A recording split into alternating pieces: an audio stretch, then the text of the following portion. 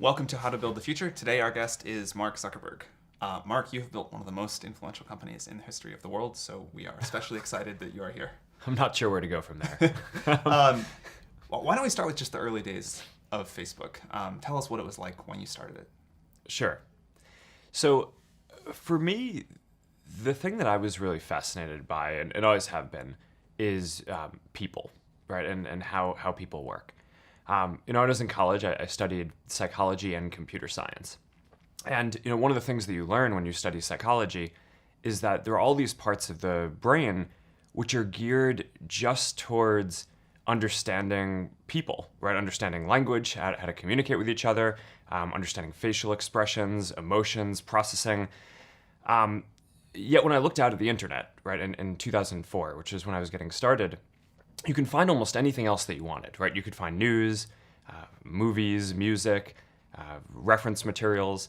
But the thing that mattered the most to people, which was other people and like understanding what's going on with them, just wasn't there, right? And I think what was going on was that all that other content was just out there, able to be indexed by, search engines and other services. Yeah. But in order to understand what's going on with people, you needed to build tools that made it so that they could express what was going on with themselves. I wanted to figure out what courses to take, so I built this little website, Course Match, that that just made it so that you could enter what courses you were taking, and you could click on them and see who else was in them, and it did all these correlations. So it told you people who took this course were likely to enjoy this course too.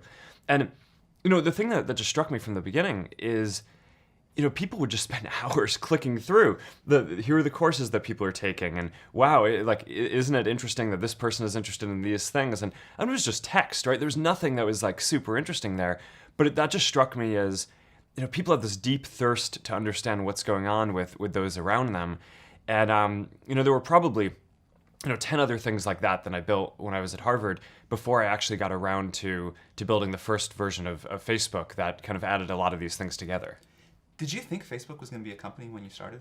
I built the first version of Facebook because it's something that my friends and I wanted to use at Harvard, a directory and a way to connect with the other people around us. And I didn't think at all that it was going to be a company. I remember very specifically the night that we launched the first version. I went out to get pizza with a couple of my friends who now work here.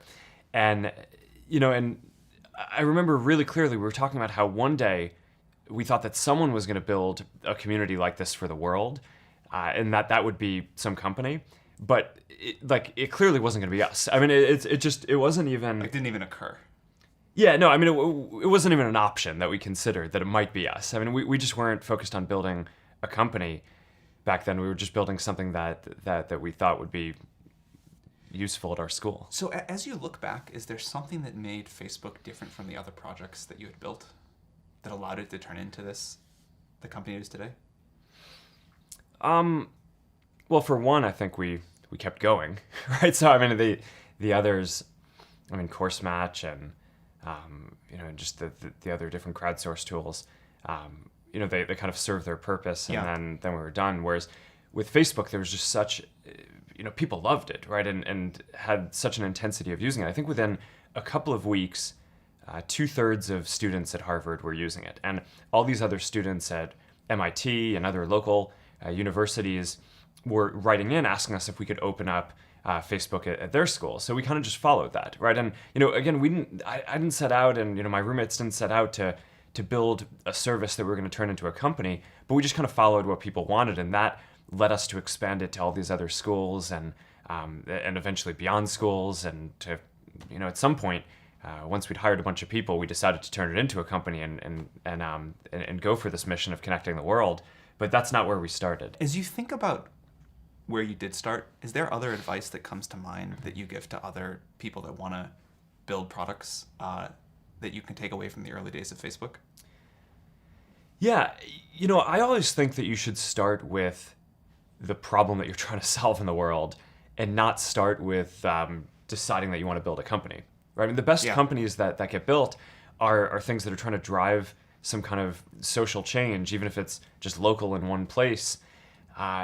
More than starting out because you want to make a bunch of money or have a lot of people working for you or build some company in some way. So, I always think that this is kind of a perverse thing about Silicon Valley in a way, Really which is true.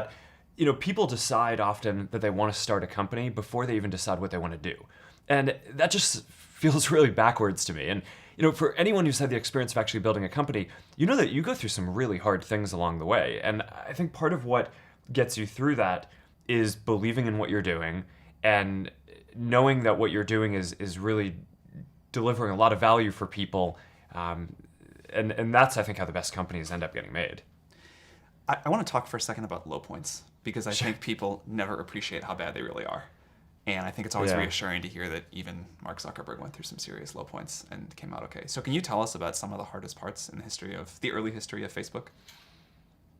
Yeah, I think one of the hardest parts for me was actually when Yahoo offered to buy the company for a lot of money. Because up until that point, that was this turning point in the company where before that we every day we'd just come in and kind of do what we thought was the right next thing to do. Right, we'd open to more schools. We opened to high school Yeah. and opened beyond schools and launched more photos because that's what it seemed like the next thing that we needed to do to help people express themselves and understand more what was going on around them.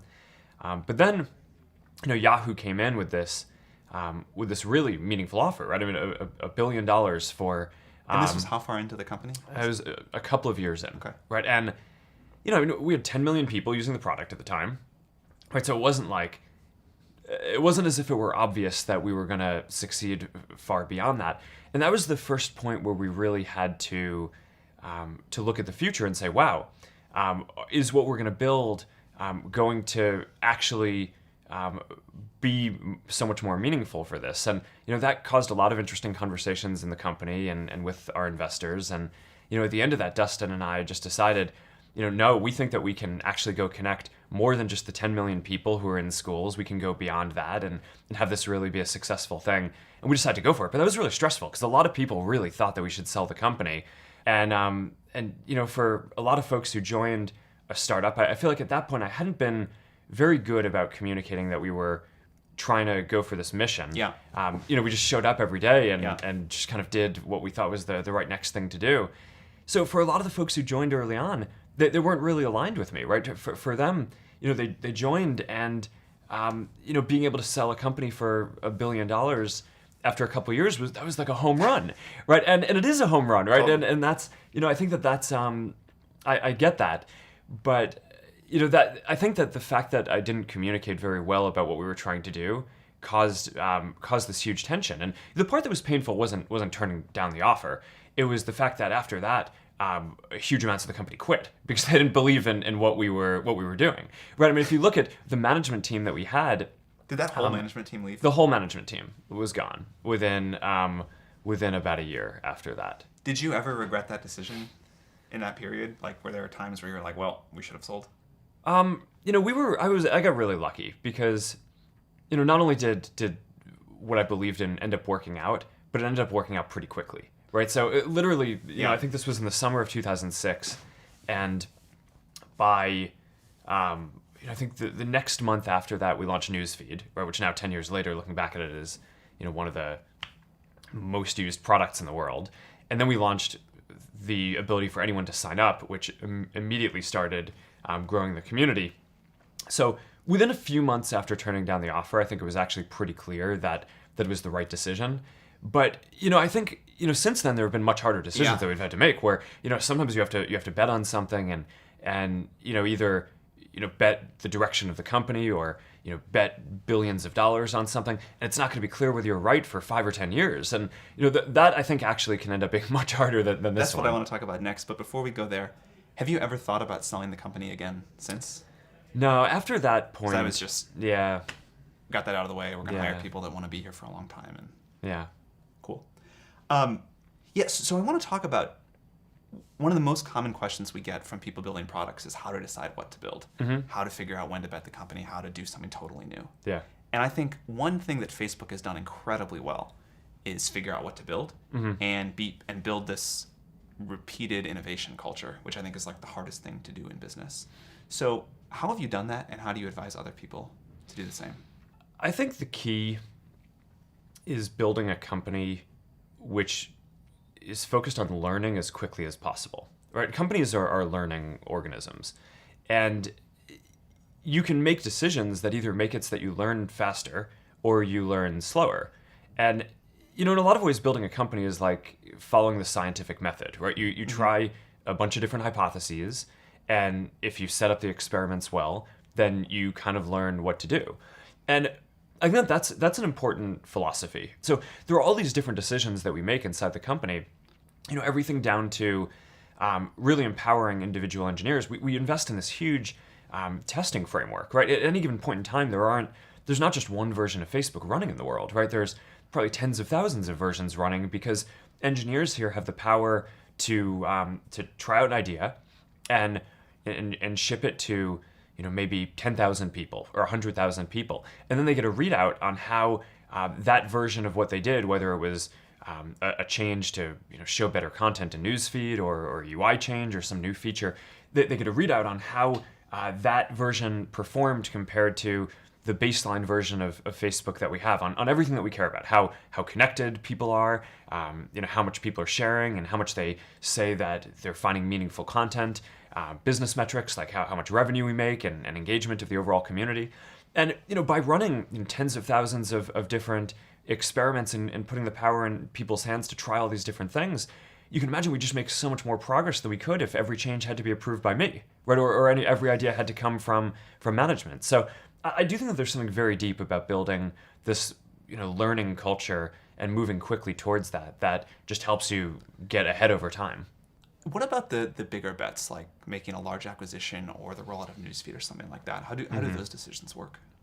So I actually think when you do stuff well, you shouldn't have to do big crazy things, right? So you want to actually evolve in a way where you're working with your community and making steps and learning. So take newsfeed, for example. That was a relatively big shift, but it actually had been a couple of years in the making by watching how people were using the service, right? So when we started off, we didn't have anything like newsfeed that showed you updates from what people were sharing. We just had profiles. And what we found were originally one of the big behaviors was people would just click around, right? They'd click on different profiles, hundreds of them, and they'd go through all their friends to see what people had changed, right? To see what the update was in their friend's day. And we learned from that people were not just interested in looking up and learning about a person, but also understanding the day-to-day changes. So, first we made this product that just showed in order which of your friends had updated their profile, right? So that at least told you whose profile to click on. And then, the first version of newsfeed was really simple. All it did was it basically took the content that people were posting and put it in order on your homepage. So I think when things are working well, you use data and you use the qualitative feedback that you're getting from listening to how your community is using your product to tell you what problems to go solve. And then you basically use intuition to figure out what the solutions to those problems might be. And then you test those hypotheses by rolling them out and getting more data and feedback on that. And then that gives you a sense of where to go. When I look at things like, we bought, the Oculus team for a lot of money, right? I actually view that as, if we'd done a better job of building up some of the expertise to do some of that stuff internally, then, maybe we wouldn't have had to do that. But, instead we hadn't done that. And, the Oculus team is by far the most talented team working on that problem. So it just made sense to go make this big move. But I actually kind of think as CEO, it's your job to not get into a position where you need to be doing these crazy things, right? And, yes. Of course it's inevitable, over the period of doing stuff, you'll, you can't be ahead of everything. So it's better to make big moves and be willing to do that than, have pride and not do that and never admit that you could have done something better in the past. But I think when stuff is working well, you're learning incrementally and growing that way. Speaking of growing, one thing I heard you say years ago is that one of the best things Facebook had done was invent the idea of a growth group. And so this is something now that I've heard a lot of founders ask about. Could you tell us, is that still something you recommend people running companies put in place and how Facebook's worked in the early days? So making it so we could grow faster was I think the most important product feature that we ended up building for Facebook. And the traditional approach to growing and marketing is you have a communications group or you have a marketing team and you buy ads. And I think that there's sometimes there's a place for that, especially when you're trying to communicate something and get a message out.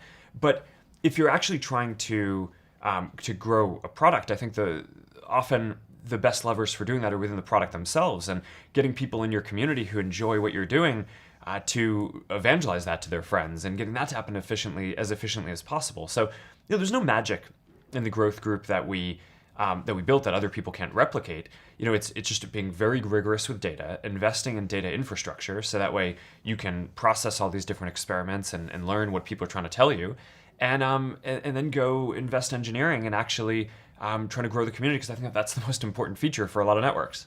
And can you tell how much of an impact that group had on the growth rate of Facebook? Yeah, I think it's overall, I think it's been very big. I don't have a number off the top of my head, but I mean, even just looking at, some of these specific features that we've built, like people you may know, right? Which is, one of the important things, right? Again, if you're, a social product isn't that useful if you're not connected to other people when you're using it. So, helping you go from signing up for Facebook to connecting to the people that you care about most is probably one of the most important things that we can do. Another thing that I think Facebook has done exceptionally well is hiring. And I always tell founders that this is the thing you have to get good at. So how have you hired your team, and what do you look for when you bring people on?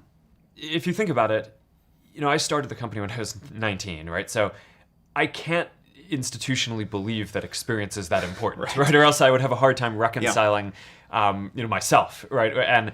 And the company. So, we invest in people who we think are just really talented, even if they haven't done that thing before.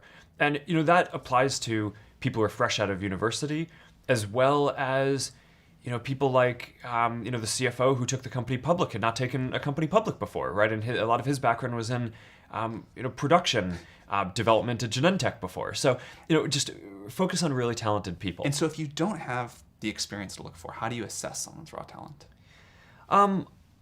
Well, often you can tell from different things that they've done, right? So it's not that, obviously everyone's done something, right? I mean, even if you're 19, right, you've done side projects and interesting stuff, and I think what's important is not to believe that someone has to have specifically done the job that they're going to do in order to be able to do it well.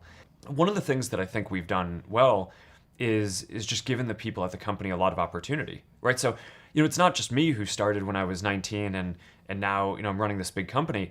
There were a number of people who joined who were, people I did problem sets with at Harvard, or they dropped out of Stanford, or, different programs who have grown with the company over this long period of time. And, one of the things that I'm the most proud of is we have about 12 different product groups at the company.